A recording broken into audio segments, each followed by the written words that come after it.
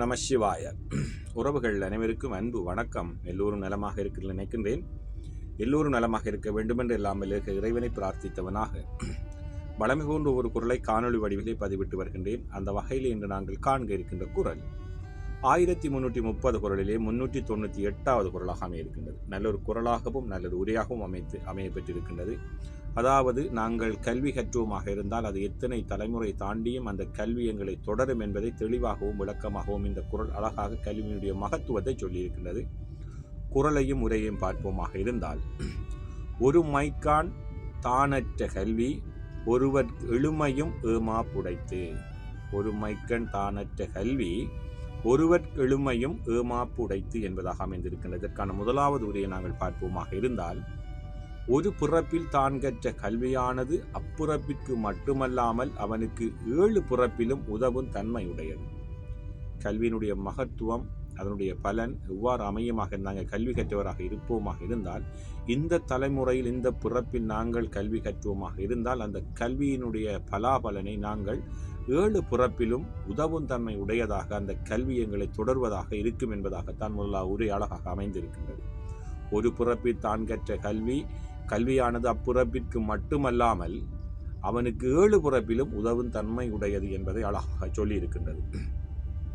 அதே போன்றுதான் கலைஞர் அவர்களும் ஒருமைக்கண் தானற்ற கல்வி ஒருவர்க்கு எழுமையும் ஏமாப்பு உடைத்து என்ற குரலுக்காக அழகான ஒரு சுருக்கமான உரையை தந்திருக்கின்றார்கள். அதை பார்ப்போமாக இருந்தால், ஒரு தலைமுறையில் பெறும் கல்வி அறிவானது 7 தலைமுறைக்கும் அது பாதுகாப்பாக அமையுமா.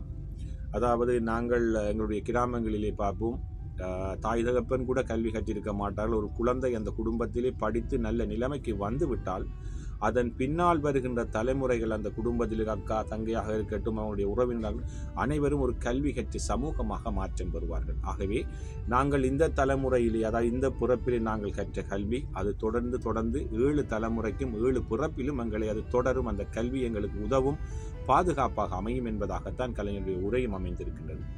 அதே போன்றுதான் சாலமன் பாப்பை அவர்களும் ஒரு மைக்கான் தானற்ற கல்வி ஒருவர்க்கு எழுமையும் ஏமாப்பு உடைத்து என்ற குரலுக்காக அழகான ஒரு உரையை தந்திருக்கின்றார்கள். அதை பார்ப்போமாக இருந்தால், ஒருவன் ஒரு பிறப்பில் கற்ற கல்வி அவனுக்கு 7 பிறப்பிலும் 7 பிறவி தோறும் கூடவே உதவும் என்பதாக அமைந்திருக்கிறது. அதாவது, நாங்கள் இந்த பிறப்பிலே நல்ல கல்வியாளனாக நல்ல கல்வி கற்ற அறிவுடையனாக இருப்போமாக இருந்தால் 7 பிறப்பிலும், அதாவது எங்களுக்கு 7 பிறப்பிலும் அது கூடவே எங்களுக்கு உதவும், அது கூடவே பயணிக்கும் என்பதாக அந்த கல்வி அறிவு, அந்த கல்வியினுடைய தன்மையை, மகத்துவத்தை அழகாக சொல்லியிருக்கின்றார்.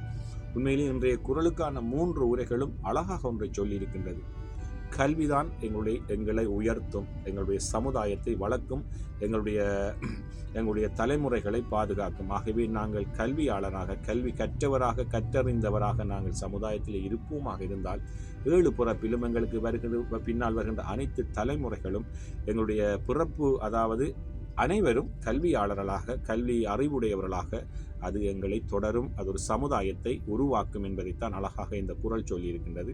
அழகாக கல்வியினுடைய மகத்துவத்தை இன்றைய குரல் தெளிவாக சொல்லியிருக்கின்றது. நல்ல ஒரு குரலாக அமைந்திருக்கின்றது. நாங்களும் எதிர்காலத்தில் நல்ல கல்வி உடையவர்களாக முயற்சி செய்து நாங்கள் மாற வேண்டும். எங்களுடைய அடுத்தடுத்த தலைமுறைக்கு நாங்கள் கல்வியாளர்களை நாங்கள் உருவாக்க வேண்டிய கடப்பாட்டுக்கு உள்ளவர்களாக நாங்கள் இருக்கிறோம்.